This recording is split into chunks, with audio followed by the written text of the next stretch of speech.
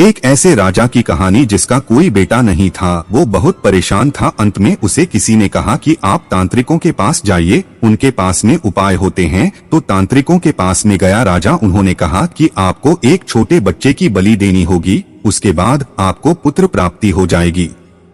राजा को उपाय समझ में आ गया। पुराने जमाने की कहानी, उस जमाने में ये सब चला करती थी। राजा ने पूरे राज्य में ढिंढोरा पिटवा दिया कि कोई भी एक छोटा बच्चा राजा को ला करके दे सकता है। जो भी ला करके देगा उसके परिवार को बदले में मनचाहा धन मिलेगा, बहुत सारा पैसा दिया जाएगा।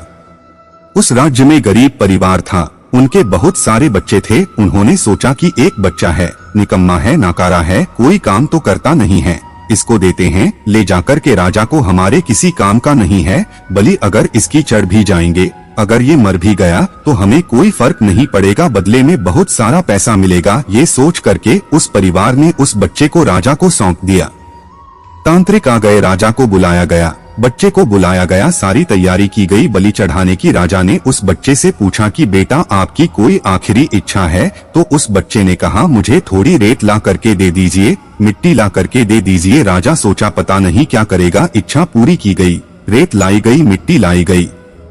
उस बच्चे ने उस रेत मिट्टी को मिलाकर के 4 छोटे छोटे महल बना दिया, और महल बनाने के बाद एक के बाद एक उसने 3 महल तोड़ दिया। चौथा वाला जो था उस महल के सामने वो हाथ जोड़ कर के बैठ गया, प्रार्थना करने लगा। और उसके बाद जब उसने प्रार्थना पूरी की तो उसने कहा ठीक है, बलि चढ़ा दो।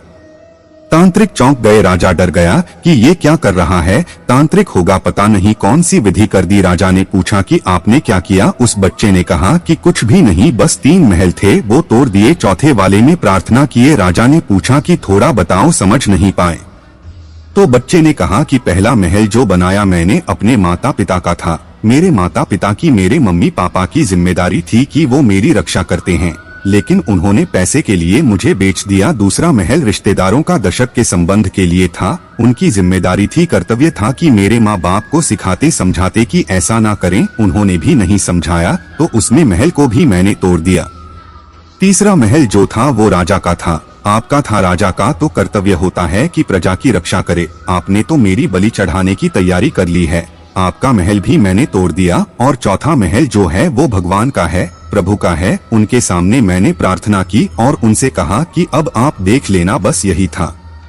राजा ने जब ये जवाब सुना तो अंदर तक हिल गया, चौंक गया, डर गया। उसे लगा कि पता नहीं इस छोटे बच्चे की बलि देने के बाद भी मुझे पुत्र प्राप्ति होगी कि नहीं होगी। राजा जो था वो इतना घबरा गया कि उसके मन का विचार बदल गया। उसने सोचा कि पुत्र प्राप्ति होगी नहीं होगी, यह तो भविष्य की बात है, क्यों न इस समझदार बच्चे को ही गोद ले लेता हूँ और अपना बेटा मानकर के राजकुमार घोषित कर देता। राजा ने बिल्कुल वही किया, उस बच्चे को गोद लिया और अगला राजकुमार घोषित कर दिया।